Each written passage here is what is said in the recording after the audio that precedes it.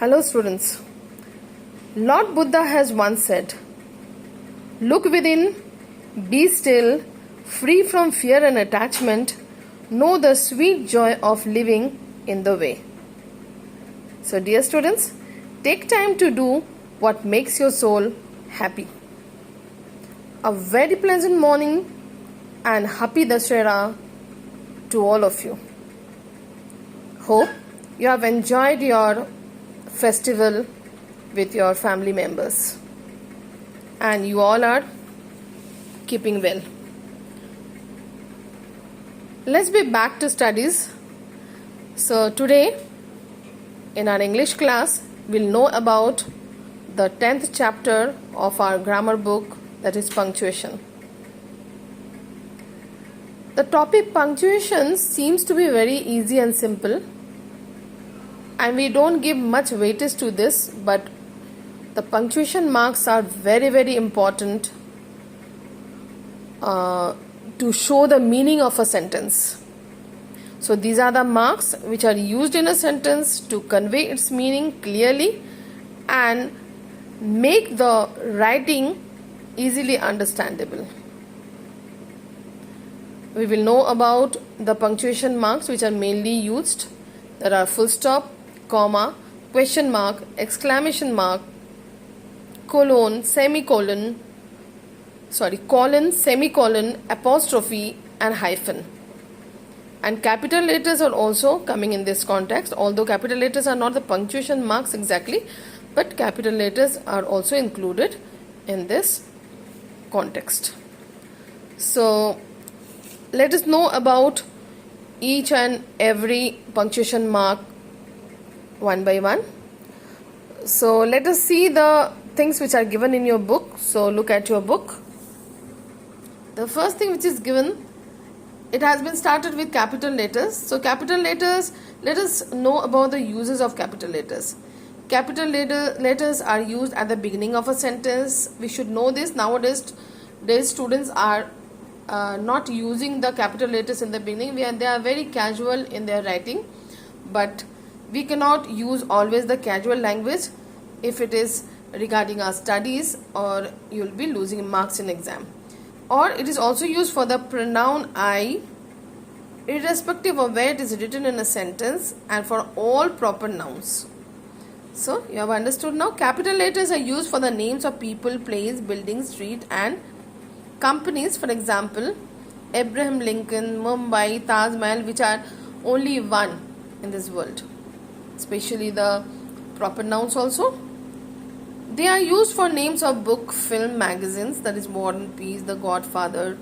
These are the names of books, magazines, films. Okay. They are also used for the days of the week and months of the year.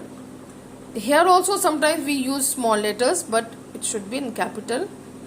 The days of the week and the months of the year. Capital letters are used for festivals, nations and nationalities also, like Holi, Diwali, Dussehra. Okay, and then French, that is nationality. Nation, Mauritius is also written in capital M. India, I capital. These are also used for abbreviations. Abbreviations means short forms like BBC, RSVP, Mrs. These are used as capital letters. Let us know about the first punctuation mark, that is full stop. The full stop period is used to indicate the longest pause in a speech. Like when full stop is used, after that we used to wait. That is the rule. So where the full stops are used, it is used at the end of a sentence, indicating that the point made is complete, that the sentence is completed. It is meaningful. It should be meaningful. The example which is given, my dog Snowy fell sick.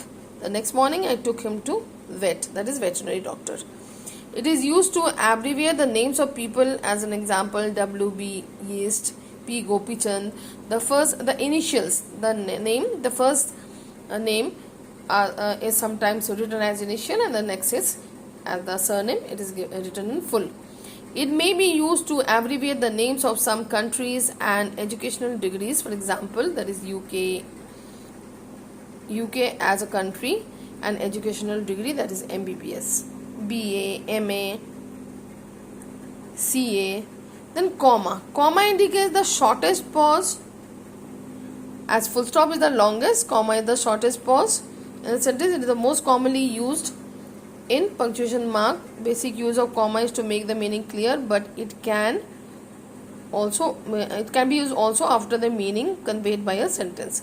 Now, the uses of commas. Commas are used to separate three or more items in a list. A comma is used to separate three or more adjectives of same kind that are used together. Examples are given, you may see for your help. The comma is used to set apart the actual words in direct speech. A comma is used to separate additional information from the rest of the sentence when extra things are mentioned. When the main clause follows the subordinate clause, comma is used. A comma is used to separate the date from the year, that we have always seen, that September 9th, comma 2020. After the date, a comma is used. Commas are used after salutation in closing lines while writing letters, like dear grandmother, comma, your affectionately, comma. Although nowadays we are not using commas after this, but that is a general opinion. Now, question mark and exclamatory mark. Question mark is used at the end of a sentence in the place of the full stop to show that it is a question. Without a question mark, a question does not exist. Is it true that a lot of our life is spent doing useless things? Question mark. The exclamation mark is used after an interjection or an exclamatory sentence, like wow, what a lovely picture. After wow also note of exclamation is given. After lovely, what a lovely picture, how lovely is the picture, then also we put exclamation mark. Now, colon. The colon is used to provide additional explanation and details. It allows a substantial pause but does not separate two things completely like a full stop does. As in column it is given about it, a colon is used before a list of things or instructions. Sometimes a colon is used instead of a comma to introduce a code. You have to understand the difference between colon and semicolon. Okay. The semicolon indicates a pause that is longer than a comma, but it does not mark an end to the sentence like a full stop. A semicolon is used to separate two independent clauses where the idea expressed are related. A semicolon is used to separate items in a list where each item has a comma in it. At the place of comma, we are putting semicolon, but when we are talking about the same thing which has separate items. So these are the basic punctuation marks. There are some more punctuation marks, apostrophe, hyphens, and something more is there that we will know in our next class. So for today's class, we will know about this much so that you might not be confused or mess up the things. One more thing I would like to tell you, students, the exercises I am not going to send you because it is not so easy. It is a difficult task to solve the exercises and send to you. So it's better that you do it yourself, and we will discuss the exercises during our offline classes on the blackboard. Because if I solve the exercises, you won't be able to understand. It will be messy. But you may write them in your copy, because don't solve the exercises in book. You won't be able to understand. You have to do the exercises in copy. So a few exercises you may do yourself. This is not a very difficult one. You have done punctuation marks earlier also.